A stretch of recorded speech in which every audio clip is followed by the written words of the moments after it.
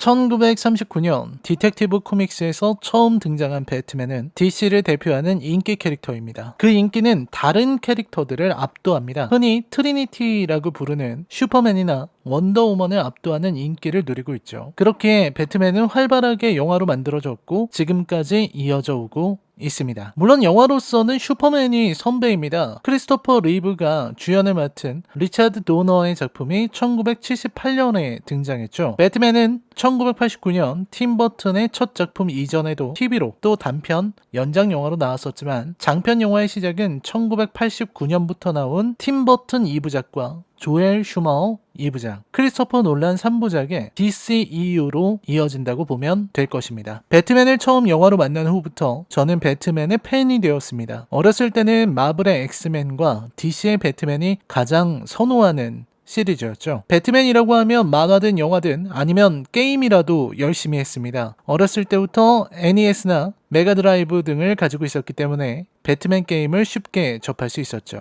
무엇이 그렇게 배트맨을 특별하게 만든 걸까요? 배트맨이라는 캐릭터가 DC 코믹스에서, 아니 히어로 만화 전체에서 특별한 위치를 점하게 된 것은 배트맨이라는 캐릭터가 지니고 있는 고유의 매력과 서사 때문일 겁니다. 특별히 강력한 힘을 지니지 않은, 신체적으로는 어디까지나 인간의 범주에 속하는 배트맨, 인간의 힘을 향한 환상을 집대화한 슈퍼맨에 비해 배트맨은 인간이라는 특징을 지니고 있습니다. 그러면서 그는 약점도 지니고 있죠. 부모님이 살해되었다는 트라우마는 다른 어떤 이야기들보다도 간단하게 먹히는 설정입니다. 이제는 만화나 영화로 배트맨을 아는 사람들은 모두가 알고 있죠. 극장 앞에서 괴한의 총격에 살해당한 부모님, 그로 인해 지니게 된 트라우마, 강박증, 거기에 억만장자 플레이보이라는 특성과 자신의 트라우마를 가면에 가린 채 활동하는 어두운 히어로라는 특징은 배트맨이라는 캐릭터의 매력을 끌어내는 주된 요소였습니다. 배트맨에게는 이미 코믹스에서 검증된 여러 이야기들이, 그리고 배트맨의 숙적들이 준비되어 있습니다. 조커,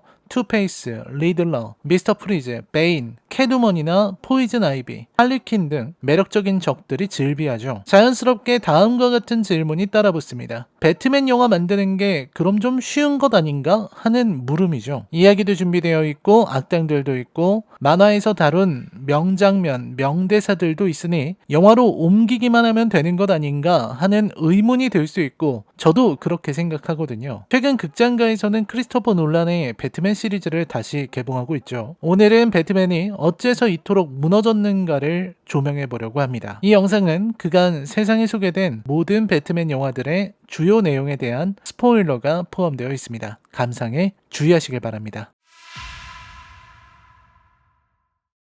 배트맨이 지닌 많은 별명 중 하나가 바로 다크나이트입니다. 고담의 수호자라거나 망토 두른 십자군, 세계 최고의 탐정이라는 다른 별명보다도 먼저 떠오르는 별명이기도 하죠. 이렇게 배트맨에게 다크나이트라는 별명이 잘 어울리는 이유는 배트맨이 지닌 다크 히어로적 성격 때문입니다. 강박증을 지닌 슈퍼 히어로, 특별한 능력 없이 오직 강박적인 훈련과 노력만으로 그 위치에 올라간 히어로라는 배트맨의 특성은 많은 이들이 감정이입할 수 있는 요인이 됩니다. 마음속에 어둠 하나 없는 사람이 어디에 있겠습니까? 누구나 크고 작은 열등감, 강박, 트라우마가 있기 마련이죠. 배트맨의 매력은 그가 진중하면서도 어둡고 내적으로 흔들리는 영웅이라는 점에 있습니다. 팀 버튼의 배트맨 시리즈는 그런 배트맨의 매력을 잘 드러내고 있습니다. 사실 팀 버튼의 배트맨을 수작으로 부르는 이유도 팀 버튼 고유의 스타일과 배트맨의 분위기가 잘 어울린다는 점도 있어요. 팀 버튼은 배트맨을 불면증과 강박증에 시달리는 환자로 표현했고 마이클 키튼의 연기는 훌륭했습니다. 그래서 1989년작 배트맨은 크리스토퍼 놀란의 다크나이트와 비견되는 명작이 될 수 있었던 것이죠. 또한 배트맨이 지닌 사상과 도덕성을 언급하지 않을 수 없습니다. 배트맨은 기본적으로 체제에 대한 불신을 안고 있는 사람이죠. 모든 것은 아버지의 죽음입니다. 원작에서는 노숙자에 의해 살해당하지만 1989년 팀 버튼의 배트맨에서는 조커 조커에 의해 살해당합니다. 아무튼 체제가 안정적이고 치안 유지 기능이 제대로 작동하고 있었다면 아버지와 어머니는 살해당하지 않았을 것입니다. 배트맨의 현실 인식은 바로 그 지점에서 출발합니다. 고담에는 너무도 많은 범죄가 벌어지고 치안 유지력은 범죄 발생률을 충분히 제어하지 못하고 있습니다. 그렇기에 배트맨과 같은 어둠의 자경단원의 존재가 필요해지는 것이죠.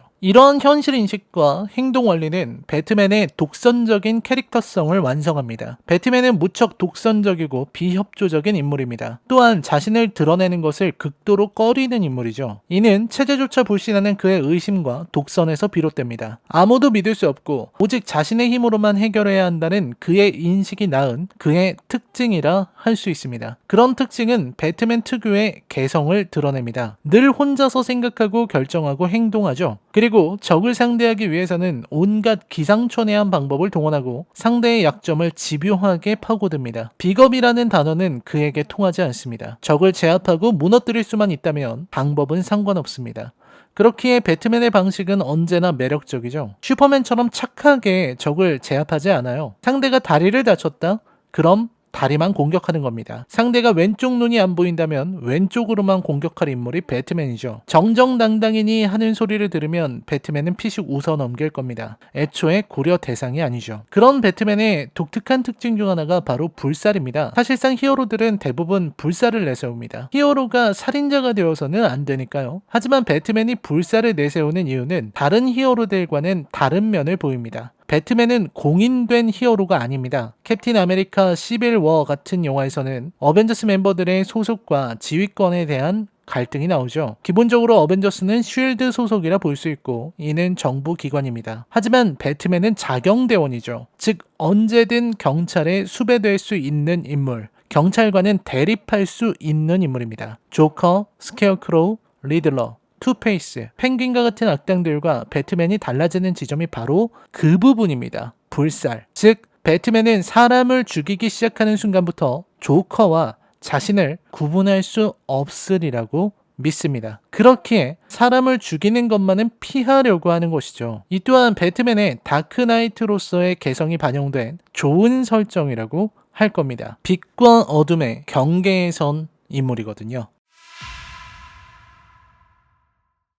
팀 버튼의 배트맨 리턴즈는 그 완성도에도 불구하고 워낙 어두운 분위기로 나왔기에 흥행에서의 아쉬움이 있었습니다. 저는 지금껏 영화에서 본 캐트먼 중에서 배트맨 리턴즈의 캐트먼을 가장 매력적이라 생각합니다. 다크나이트 라이즈의 앤 해서웨이보다도요. 게다가 펭귄이라는 캐릭터를 영화적으로 멋지게 표현한 좋은 작품이었다고 생각해요. 펭귄은 어떤 의미에서는 배트맨의 안티테자처럼 보이기도 했습니다. 배트맨과 캐트먼, 펭귄이 그려내는 갈등 구조도 좋았습니다. 하지만 워너는 그런 생각을 하지 않았고 감독을 조엘 슈마허로 교체하죠. 지난 6월 22일에 돌아가신 조엘 슈마허 감독은 많은 작품을 냈지만 불명예스럽게도 그의 최악의 작품은 배트맨과 로빈이 되었습니다. 사실상 조엘 슈마허 감독의 배트맨은 전반적으로 나쁜 평가를 받았습니다. 배트맨과 로빈이라는 역사적인 망작이 있기에 주목받지 못하고 있지만 배트맨 포에버 역시 팀 버튼의 배트맨에 익숙한 사람들에게는 괴상할 정도로 못 만든 작품이었어요. 배트맨 영화를 좋아하던 저는 배트맨 포에버의 화사한 색감과 가벼운 분위기에 적응할 수 없었습니다. 물론 발 킬머는 키튼처럼 고뇌하는 배트맨을 보여주기는 했지만 그 고뇌가 정말 스트레스 그 자체로 보였습니다. 보는 사람이 짜증이 날 정도였죠. 게다가 투페이스는 역대 최악이었습니다. 솔직히 이 영화 이후로 투페이스 역할을 맡았던 토미리 존스에게 크게 실망하지 않을 수 없었습니다. 연기도 어색했고 캐릭터도 망가졌고 조엘 슈마허 감독은 원작을 아예 참고하지도 않았는지 투페이스의 코인 토스를 안면이 나올 때까지 계속 던지는 찌질한 행위로 바꿔놨어요. 다크나이트의 투페이스가 보여주는 코인 토스의 의미를 생각해보면 아예 다른 작품으로 보일 정도의 차이입니다. 물론 짐 캐리가 열연을 펼치기는 했지만 리들러의 캐릭터는 솔직히 너무 오버하면서 떠드는 통에 정신없고 시끄러운 캐릭터가 되었습니다. 원작은 물론이거니와 배트맨 아캄 시리즈 같은 게임만 해봐도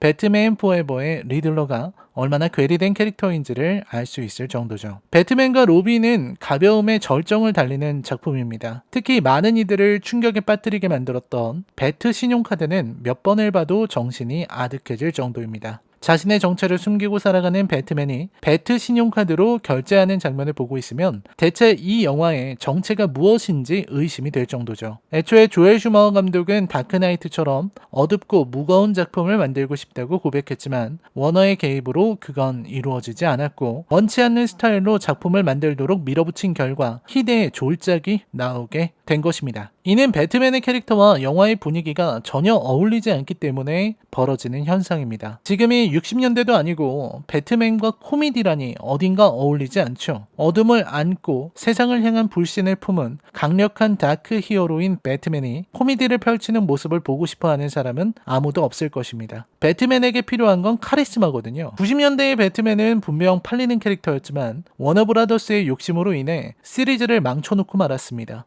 하지만 배트맨은 여전히 가능성이 넘치는 히어로였어요. 경쟁사인 마블 코믹스 그리고 소니 픽처스의 스파이더맨 트릴로지의 성공은 워너를 더욱 달아오르게 만들었을 겁니다. 샘 레이미판 스파이더맨의 성공은 히어로 영화의 가능성을 각인시킨 위대한 업적이었죠. 이에 워너는 마침내 당대 최고의 루키 크리스토퍼 놀란을 영입합니다. 그리고 그 선택은 적중했죠. 크리스토퍼 놀란의 다크나이트 트릴로지의 성공의 요인은 물론 크리스토퍼 놀란이라는 감독이 지니고 있는 뛰어난 재능, 원작을 영화로 옮겨오는 데에 발휘된 연출 능력과 캐릭터의 재해석이 모두 반영되었을 것입니다. 특히 영화 다크나이트의 강력한 완성도는 여지껏 나온 모든 히어로 영화 중에서도 단연 으뜸으로 평가될 정도죠. 다크나이트 트릴로지의 배트맨 서사는 배트맨의 탄생과 갈등 그리고 위기를 극복하고 진정한 영웅이 되는 영웅 서사를 충실하게 따르고 있습니다. 브루스 웨인으로서의 내면과 강박은 물론이거니와 배트맨의 존재 이유를 생각하게 만든 다크나이트는 배트맨이라는 히어로를 전혀 다른 차원으로 올려놓았죠. 캡틴 아메리카 윈터 솔저 정도를 제외하면 이 정도로 한 히어로의 내적 갈등을 잘 그려낸 작품을 찾아보기 어려울 정도입니다. 배트맨 비긴즈에서 고담의 영웅이 된 배트맨은 하비덴트라는 빛나는 존재를 보며 자신의 존재 이유에 대해 생각하게 됩니다. 체제에 대한 불신이 배트맨의 존재 이유였죠. 하지만 하비덴트와 같은 사람이 나타나 법을 수호하고 악당들을 감옥에 넣어버리고 더 나은 치안 유지를 위해 힘쓸 수 있다면 배트맨이 있을 이유는 없어집니다. 여기에서 혼돈의 존재 조커가 등장하며 배트맨의 이야기는 더욱 깊은 어둠으로 빠져들게 됩니다. 배트맨의 숙적인 조커는 사실상 하비덴트나 고든이 감당할 수 없는 적입니다. 조커는 오로지 배트맨에게 집착하며 죽음과 삶 따위에 좌우되지 않는 혼돈 그 자체인 인물이죠. 빛나는 하비덴트가 만드는 고담의 질서 따위를 조커가 원할 리 없죠.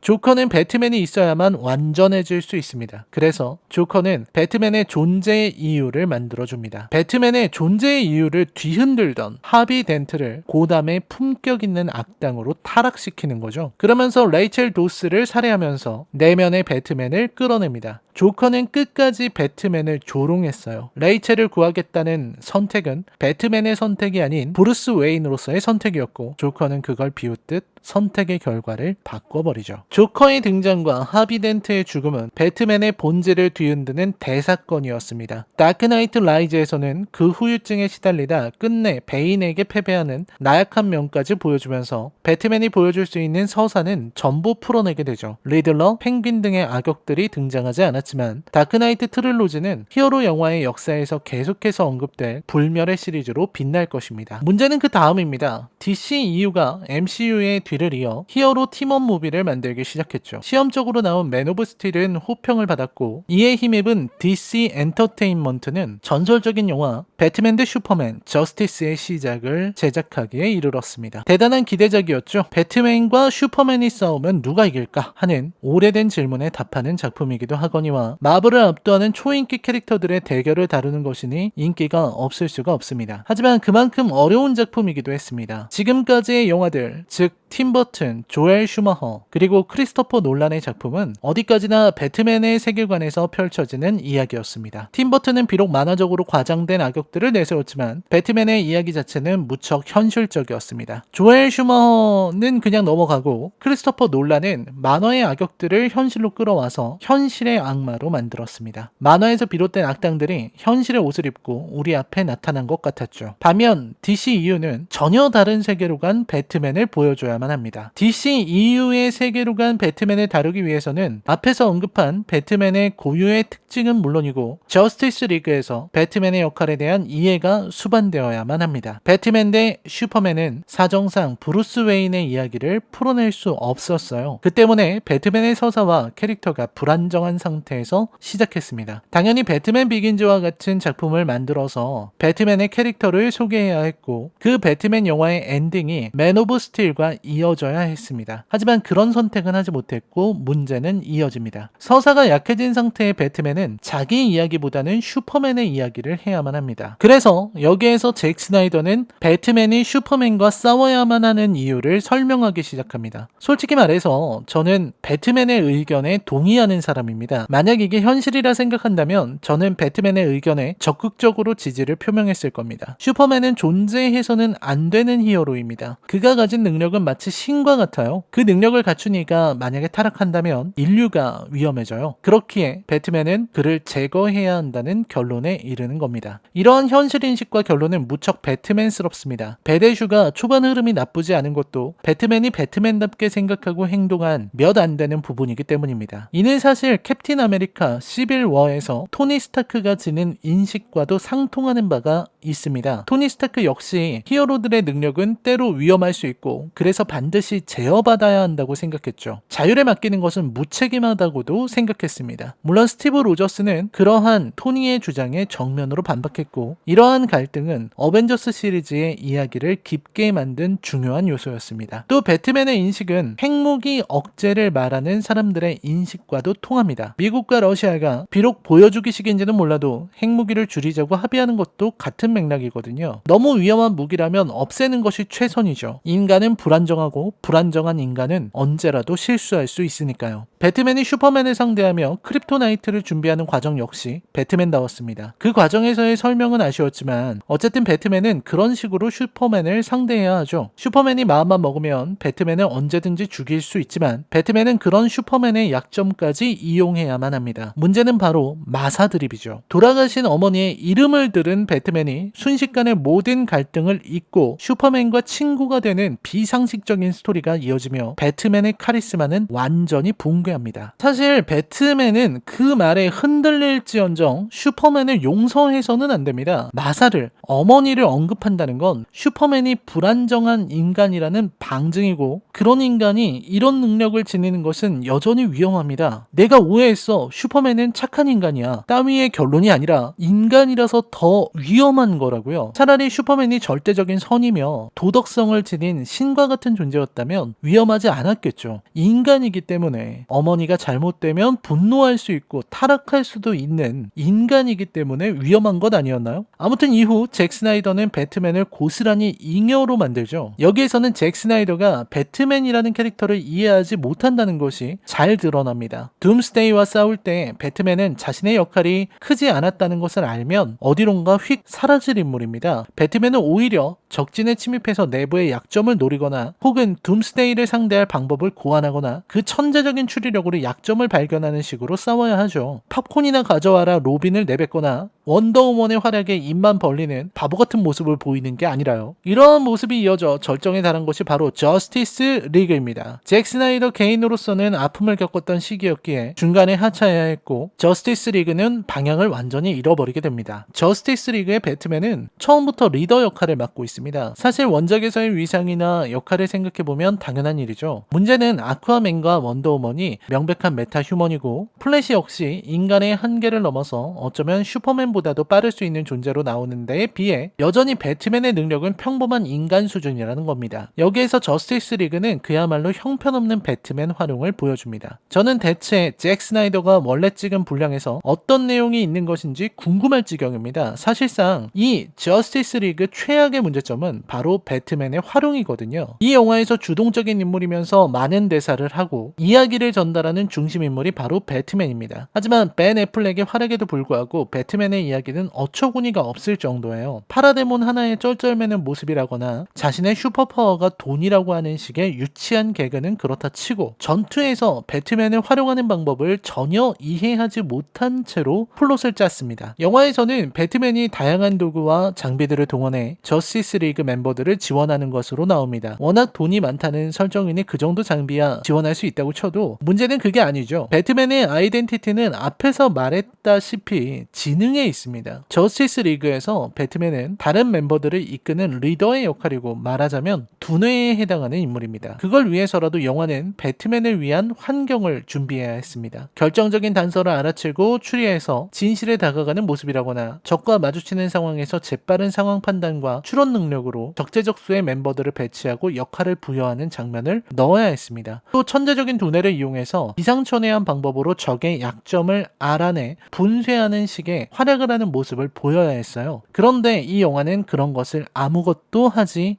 못했습니다. 배대슈는 배트맨의 성격과 개성을 죽였고 저스티스 리그는 배트맨의 역할과 기능을 죽였습니다. 옆 동네 어벤져스 엔드게임을 보면 캡틴 아메리카의 팬들이 감동할 장면이 나오죠. 어벤져스 어셈블 장면이 아니라 대규모 전투가 시작되었을 때 모든 히어로들이 귓가에 손가락을 대고 캡틴을 찾는 장면입니다. 캡틴에게 지시를 받으려는 히어로들, 사실상 힘으로는 스티브 로저스를 압도하는 이들이지만 스티브 로저스의 리더십을 알기에 자발적으로 그의 지시에 따르려고 합니다. 스티브 로저스의 리더십을 강조하는 연출로 이보다 좋을 수는 없죠. 그럼 배트맨은 어떠냐고요? 처음부터 웃기지도 않는 드립이나 치고 비장의 무기라더니만 슈퍼맨 여자친구 데려오고 마지막엔 방법이 있다면서 자살 돌격이나 하는 수준입니다. 안 되겠다고 자폭하겠다며 설치는 리더를 따를 수 있을까요? 저스티스 리그의 핵심이 배트맨인 이상 배트맨이 살아나지 못하면 저스티스 리그의 희망은 없습니다. 그리고 애초에 밝은 이야기는 배트맨에게 어울리지 않습니다. 아무리 밝은 영화라 할지라도 배트맨은 그 특유의 어둠을 잃어서는 안 됩니다. 저스티스 리그의 배트맨이 슈퍼파워는 돈이라는 식의 개그를 해서는 안 될 이유죠. 배트맨이잖아요. 배트맨을 배트맨답게 만드는 것이 영화를 제작하는 제작자의 입장, 특히 워너가 생각하기에는 꽤 힘든 도박일 수 있습니다. 옆 동네 마블은 밝고 즐거운 이야기로도 얼마든지 흥행하니까요. 하지만 DC의 다른 인물은 몰라도 배트맨은 배트맨다워야 합니다. 그를 위한 컷을 아끼지 말아야 한다고 저는 생각해요. 의심도 많고 독선적인 성향을 드러내고 때로는 동료들을 하나씩 내보내 시간을 벌면서 적의 정보를 파악하고 전술을 짜내는 진정한 전술가이자 탐정의 면모를 보이기를 바랍니다. 그러면서도 그의 내적인 갈등과 본질적인 물음을 찾아내는 것이 필요한 일입니다. 어떻게 그렇게 만드냐고요? 마블은 벌써 10년 전부터 하던 일입니다. 토니 스타크가 무엇을 불안해했는지, 무엇이 그로 하여금 울트론을 만들게 했는지, 그리고 그가 어떻게 자신이 지닌 불안과 두려움에 맞서 최종적으로 승리했는지를 10년간 그려낸 전적이 있죠. 배트맨에게 그 정도의 서사를 바라는 것은 당연한 일입니다. 저스티스 리그의 잭 스나이더 버전이 2021년에 나온다고 합니다. 그리고 벤 애플렉은 여전히 정신 못 차리고 배트맨을 하겠다고 나서고 있습니다. 로버트 패틴슨의 더 배트맨 소식도 들려오고 있어서 배트맨 팬들은 여전히 기대를 버리지 못하고 있습니다. 역대 최고의 배트맨은 마이클 키튼인가요? 아니면 발 킬머? 다크나이트의 크리스찬 베일일까요? 아니면 벤 애플렉? 설마 조지 클루니는 아니겠죠? 저는 아직 최고의 배트맨은 나오지 않았다고 생각합니다. 역대 조커들이 엄청난 평가를 받는 데에 비해서 배트맨 배우들의 평가는 상대적으로 약합니다. 이는 배트맨이라는 캐릭터를 완벽하게 소화한 미쳐버린 연출가와 그 정도로 미친 배우의 만남이 아직 이루어지지 않았기 때문이 아닌가 하는 생각이 듭니다. 언젠가는 역대 배트맨을 압도하는 새로운 배트맨을 만날 수 있길 바라는 마음입니다. 라이너의 컬처 쇼크 캐릭터 분석은 계속됩니다. 시청해주셔서 감사합니다. 안녕히 계십시오.